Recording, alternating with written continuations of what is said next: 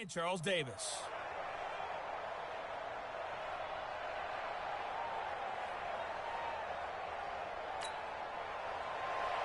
Both teams appear ready for the fight ahead, and we resume action here in quarter number 3. This is fielded at the goal line. And a good return as he'll be stopped just shy of the 30-yard line. Meanwhile, checking in on what's going on in Baltimore. And it's the Titans who are off to the early lead in that ball game. Dwayne Haskins with 1 touchdown pass thus far. Out come the Jaguars now as they'll go on offense first here in this third quarter. They're down here, but very much in this game. What's the tonality of a coach's talk when a game is within striking distance like this at intermission? Typically, what they're doing is emphasizing the things that went well in the first half and wanting more of that. Sure, you've got to go over some of the errors and clean up some things because there's a reason you're down. But overall, I think they want to stay positive, stay up with this team. We're just starting the second half, and we've got the football. Let's go ahead and punch it in, and then we'll take it from there. See how that recipe works.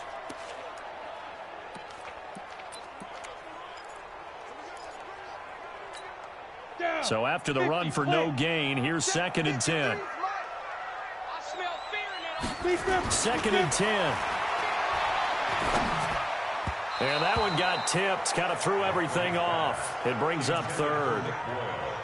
Throwing the football, he's not as sharp as he was last week when he was over 70%. Right now, he's under 50%. Well, that comes from extra game film, extra time. You know those guys watched him all week, saw how precise he was, and constructed a defense to try and chip away at that. And thus far, they've been successful. And he's going to have to eat this one as down he goes. Stephon Tuitt picks up his 2nd sack of the afternoon. Brandon, I think you understand the type of afternoon this offensive line is having. It is a long one for them. Long for you to spend it with me. Long for them trying to block those guys. They've given up a whole lot of sacks, and the speed and quickness of that defensive line is eating them alive. So possession goes over here on the punt. And possession will switch hands, 1st and 10. The Dolphins at the line ready for their next drive. They have the lead here. Well, we talk a lot about pregame speeches. What are halftime speeches like? For the most part, not nearly as emotional. They're a lot more clinical.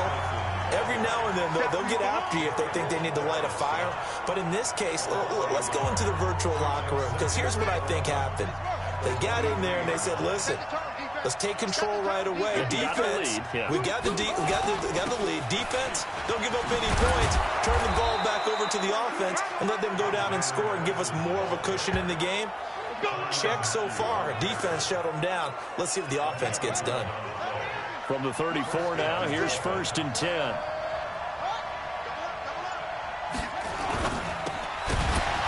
And that's going to be incomplete. Too tough to hold on to that one. It's 2nd down. From the 34, they'll come to the line on 2nd and 10.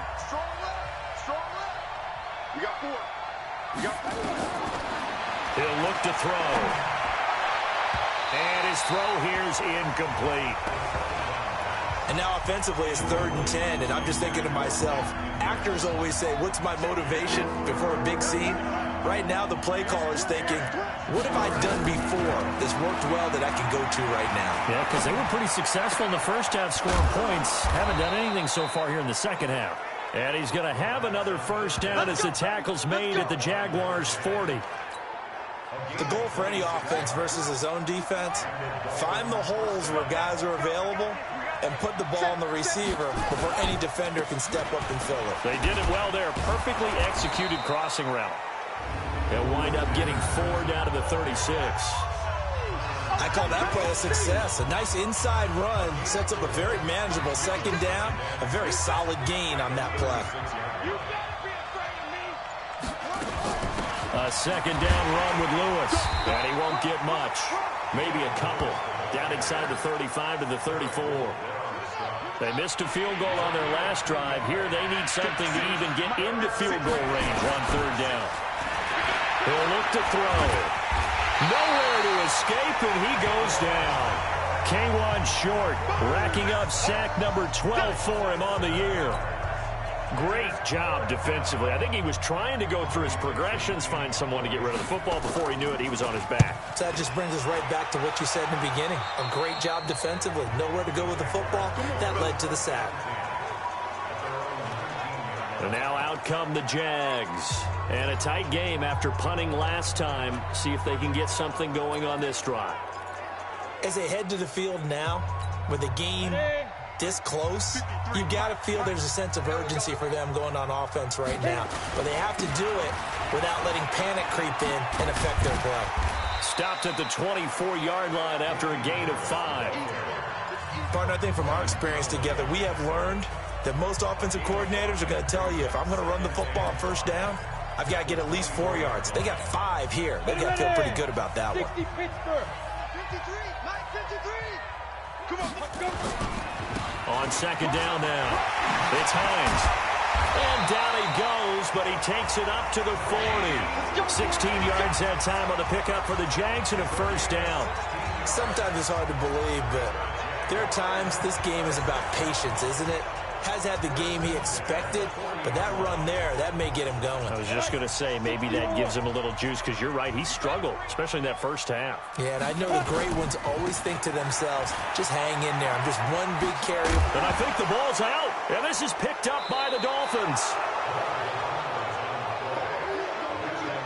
Not the trend he wanted to start the season with a fumble lost in both weeks 1 and 2. Now, it's not a disaster, but certainly not what he was looking for. Got to get that fixed, because otherwise he shows up on every scouting report. I remember sitting in defensive rooms and hearing the scouting report from my coaches, and if someone had a particular problem carrying the ball and holding on to it, that was noted. Hey, make sure you get a little extra attention to him. Get after the football. He's dropped it the last couple of games. 6 yards was the pickup on the last completion, so here's 2nd and 4. 2nd and 4, and this is going to be incomplete.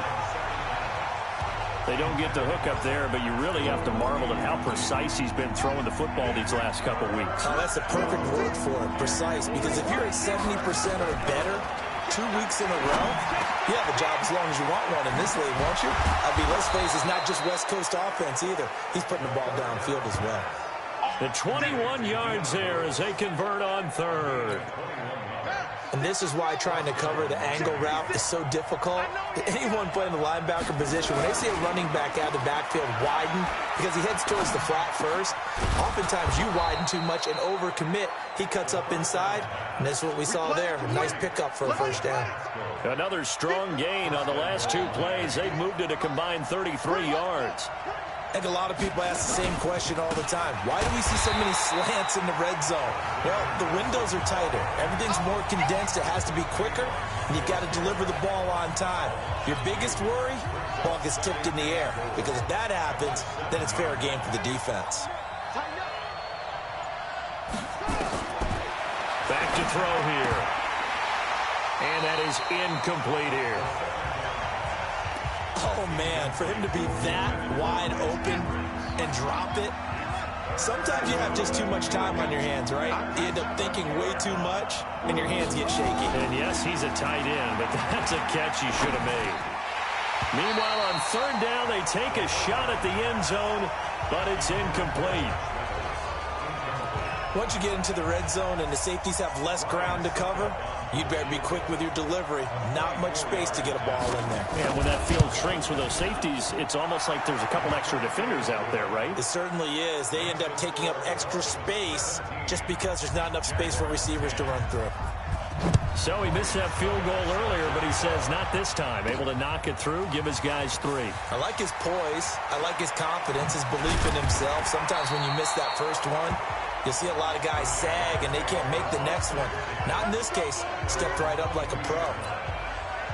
Out comes the Jacksonville offense as they get set to take over here. And last time they coughed it up, led to a field goal. They're fortunate that it only led to a field goal, but still, they're not happy about it. Could you sense the relief, though, when they only gave up the field goal and they were able to trot back out on the field and start this drive? A little more pep in their step because they didn't cost their team a touchdown, but they know they've got to do it a lot better than they did on the last possession. The coach will just be relieved, though, if they recoup with a score here, right? I think the coach would be ecstatic to see them pick themselves back up and now take it downfield and punch in the end zone without turning it over. Steps away to his left. And he's going to keep it here. And he'll be out right at the 35. Good coverage downfield led to him taking off, picking up the first down on a 13-yard run. Ball up to the 35 now as they come up on 1st and 10. Operating from the gun, Buckley. He'll get 10 there all on his own, but it'll be 2nd down. They still need about the length of the football here, maybe a little less as they come up on 2nd and inches. Back now in Jacksonville. It's Jaguar football, but a little work to do for them. They trail here as we start the 4th. And he'll be taken down at the 46-yard line. A gain of just a yard, but it's a 1st down. The drive continues as they search for a tying touchdown. Here's 1st and 10. Now it's Hines. And he'll lose yardage on the play back at the 45-yard line. That's going to go as a loss of a yard, and it'll be 2nd down. Continues to be a struggle for this offense and this home crowd. They're growing a little restless here in the 2nd half. And I think they've just got to look at how they're trying to move the football. Yeah, you want to run it, but maybe you spread it out, maybe some swing passes that can take the place of runs and give you a little more space. Good coverage downfield led to him taking off, picking up the first down on a 13-yard run. So signs of life in what's been a dormant offense in this 2nd half. Here's 1st and 10. And now a throw here secured by his running back out of the backfield. And he's taken down inside the 30. That one good for a gain of 13 for Jacksonville and a 1st down. And at his size, he's a smaller back. You can get him the football. He can kind of get lost, make someone miss. It's good for him. Yeah, it's great for him. I like what you said there. Sometimes he gets lost in the traffic a little bit. But get him out in the open field into some space. That plays to his strengths the best and keeps him out of it where all the big boys are, you know, make someone miss in the open field. Go now, 30 base. From the red zone now, they'll look to throw. And that'll be knocked away. It's incomplete. Sammy Watkins, the intended receiver. And that'll bring up 2nd down. So now 2nd and 10 after the incompletion on 1st down. To throw again, Buckley. And he'll find Moreau here. And they'll bring him down at the 13-yard line. That catch good for 5. It's 3rd down. The Jaguars on 3rd down. 3 for 7 so far in this game. This will be 3rd and 5. Back to throw. Buckley. And that's knocked away and incomplete. The safety, Keanu Neal, there to knock that one free. What a difference a week makes. Last week, he hit on over 80% of his passes. This week, he's down under 50%. What do you see as the difference? Well, I think we're used to seeing a drop. If someone's over 80%, they're not going to hold that number, not in this league. But a drop under 50%, that just tells me that the defense has spent a lot of extra time on game films and came up with a really good plan to try and chip away this timing. A looming decision to make on the conversion, down 7, but first things first, they need to score as they come up on 1st and goal. And he's going to press this one forward as they stop it right around the 1. A pickup of 4 on 1st down, it'll be 2nd and goal. They'll try to run with Harris, and they'll take this into the end zone. Touchdown, Jacksonville. Damian Harris, his 3rd touchdown now on the year, as they can now even this game here in the 4th quarter with an extra point. A very important extra point there, up and good. And, partner, we've got a tie game here in the 4th.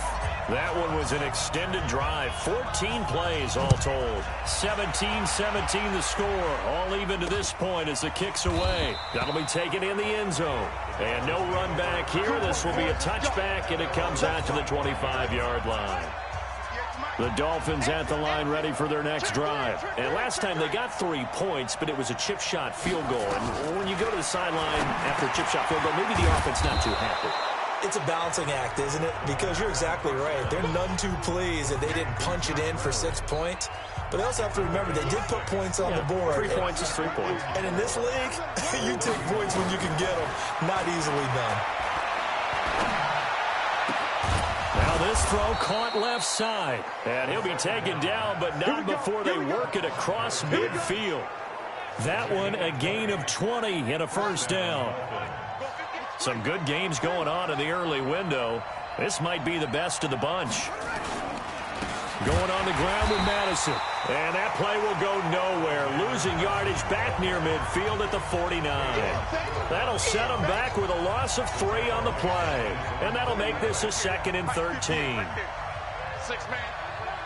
Check curls, check curls, check curls. Going to run with Madison again. And he's going to take this across midfield into Jacksonville territory. Brandon, all things considered, they have to feel pretty good about getting that type of a gain, considering the blitz that they just had against them. Coming up to the line, and they will need to run another play here before the 2-minute warning. Throwing there, but this pass is going to wind up incomplete. You and I watched film yesterday, and you told me to watch his feet. Well, for whatever reason, his footwork just looked off on that throw. And you always love it when an ex-defensive back talks quarterback mechanics, right? Well, but you're good at it. Well, I try, all right? I don't know how good I am, but it doesn't take much to tell. His mechanics are off a little bit, exactly what you described. Footwork, that led to the incompletion. Here comes the field general leading his offense back out there for the next possession. And right now, probably just one thing in his mind. It's getting back to the hot start because he's really faded. And ordinarily when that happens, the quarterback, as you know, is usually the leader of the squad. Now there's probably a silent camaraderie that comes about him saying, hey, guess what? We got you. Don't worry about it. Let's go, big fella. Because they know more times than not, he tends to pick things up, and they tend to play well. So it's Jaguar football here as we welcome you back. They've got a 2nd down now as they search for a score to break this tie. And this time he's not going anywhere. They'll get him down right at the line of scrimmage. Officially, it's no gain on the play, and they'll remain a few inches shy of a first with 3rd down looming. Let's go. 15 line. 15 line. Watch the run, watch the run. Shoot. And they'll let their fullback try and push the pile. Now the Dolphins going to burn the first of their timeouts as they'll get it with still 1:20 left to go in the game. And the Jaguars send out their punter. He's been terrific so far. Averaging over 50 yards a punt so far as this one's away. It'll be a 51-yard punt that time. And out will come the offense as they take over. The Dolphins at the line ready for their next drive. They've got work to do, but they do still have a bit of time here. And they've got to feel comfortable with that, but they have all their play sequences called. If they get out of bounds, that allows them to huddle and call another play. But if they don't, it's hurry up to the line of scrimmage and either spike it and stop the clock or continue to move it downfield in order to try and get in range and win this game. See if they can do just that. Back to throw now on 2nd and 10. And that is incomplete. A lot of force bearing down on him there. He could not hang on. It's 3rd down. Big play coming up. Here's 3rd and 10. I would expect to see some pressure here. The pressure drops off as they look to throw. Complete. This is Lewis.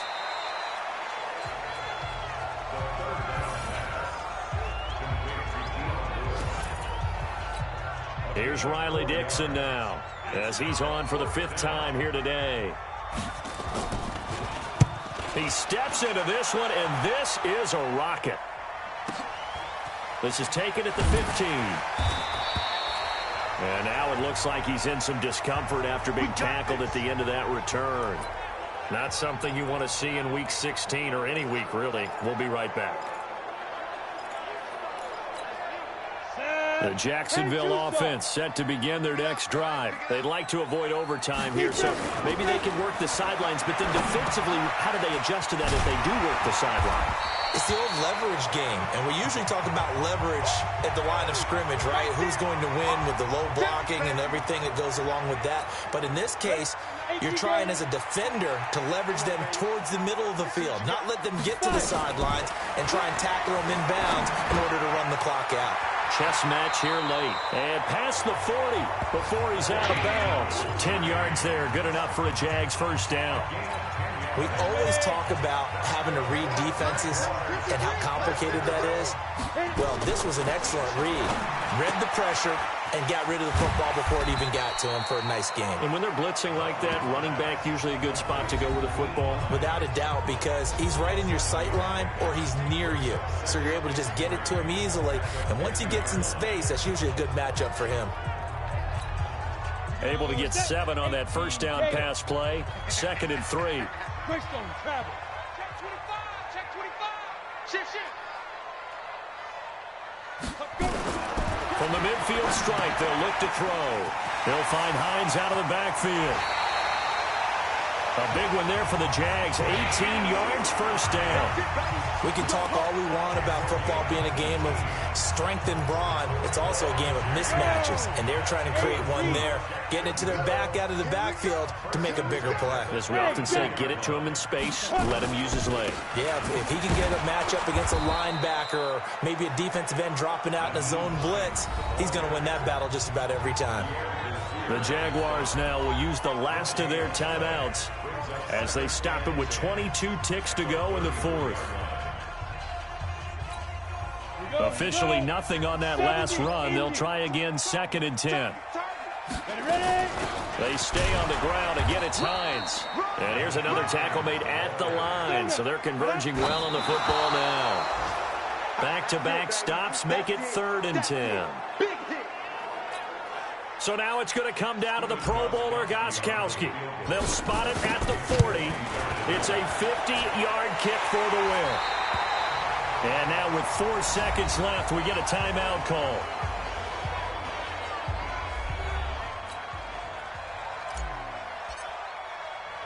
Out is the kickoff unit as they run up and send this one away. This is fielded at the goal line.